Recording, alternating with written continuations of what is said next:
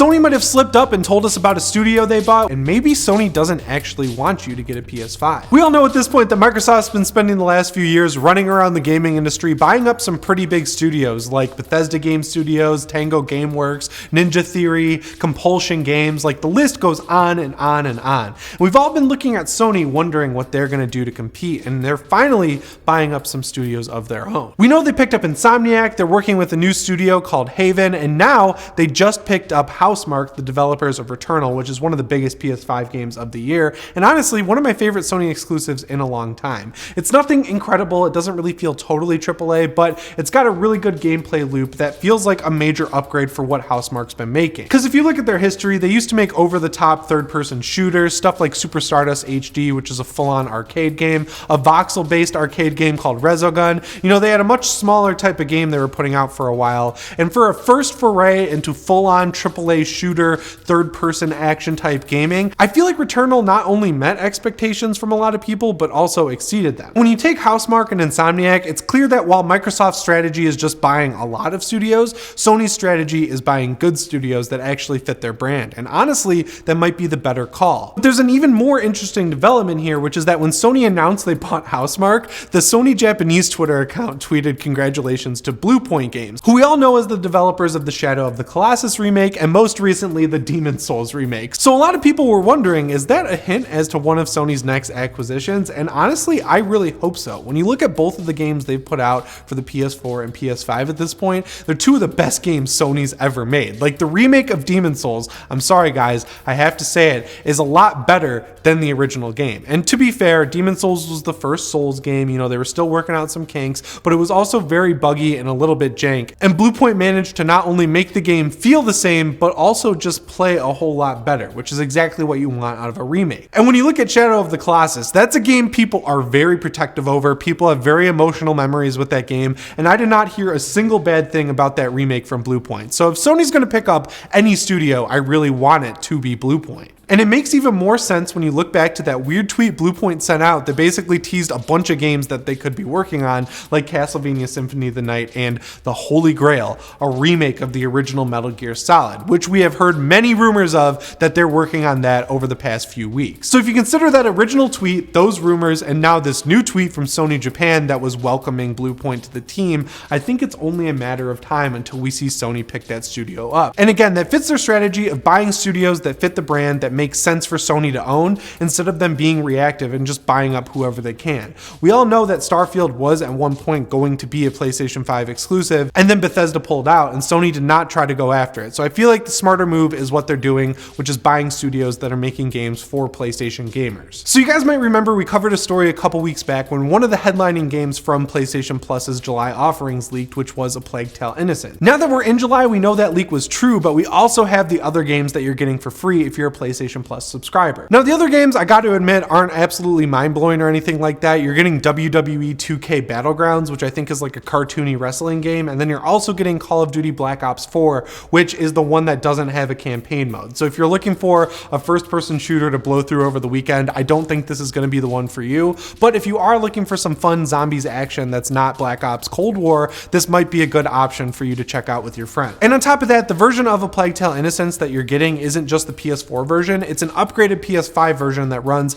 at higher resolution and a better frame rate. So that's actually one I think is worth checking out, because that was a game where it came out of nowhere and people were like, oh, this is just a budget story-driven third-person game, and it ended up being one of the better games that year that people were really talking about. So if you haven't added it to your account, you should at least do that, because one day down the line you might need a game to play, and then you'll be like, oh, that Plague Tale Innocence game I heard is pretty good, and then you'll just have it in your account for free. I just love bringing up PlayStation Plus games because it shows how much better PS Plus is than games with gold. Microsoft came out of the gate doing some good stuff with that service, but ever since they announced Game Pass and released that, all of the offerings you get with games with gold have been pretty much a joke. Like seriously, Microsoft should just kill that off at this point. One of PlayStation's biggest franchises like ever is the Gran Turismo series, and I know a ton of people out there are super excited for Gran Turismo 7, which has been in the news a lot lately, mainly because it was supposed to be only coming to PS5, but they're also porting it to PS4, and I don't really think it's going to be a problem because it was clear that they were always developing this game for PS5, and they're going to be stripping out features from the PS5 version to make it run on PS4, not adding features to a PS4 game to make it run on PS5, if that makes sense. But I know a ton of people are really excited to try this out because, you know, like racing games are the graphical showcases for consoles. I know we had Dirt 5 at launch, but that wasn't really the best looking game, and people were really excited for the new Forza on the Xbox side, and everyone's excited for Gran Turismo. But the long story short here is that you're going to get your chance soon to play the beta. So a blog called GT Planet was data mining the website for Gran Turismo 7, and they found this like online quest that you can do where if you run through the steps by logging into your PlayStation account,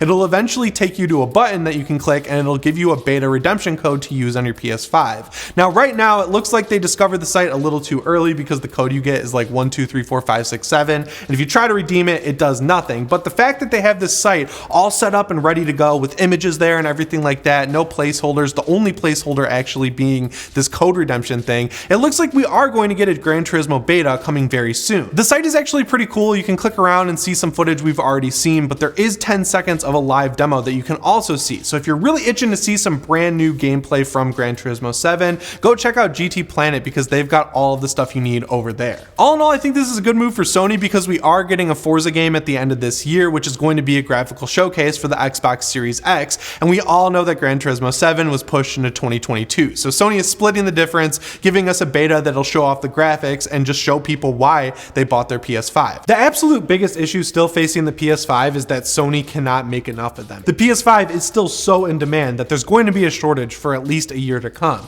That's why I was really surprised to read that Sony has already not only sold 9 million PS5s, which is a ton, but when you compare that to where the PS4 was at this point in time, that is a lot more than they were able to sell back then. At first, people thought this was just because all of these consoles that have been sold are just sitting in scalpers' hands, but I know a couple scalpers, and from what I've heard from them, these PS5s that they have are selling pretty damn well. They're not just sitting around on a shelf. So if Sony's got these PS5s in the wild, that's ultimately what they care about, because people who have PS5s that are not sitting on a shelf and are open and on their entertainment center are people who are going to buy games, like Demon's Souls, which you should definitely go out and buy. One thing that's definitely different with this console launch compared to the last one with the PS4 is that technology has just evolved so much where these scalpers are able to use these insane bots that they program themselves that like run through Discord so that no matter what, whenever a PS5 goes up on Target or Walmart or Amazon or any of these stores, it just enters the card information and tries to buy as many as it can. Obviously, some of these stores block you from buying multiple PS5s, but some of them don't. So if you're able to get purchases to go through with your credit card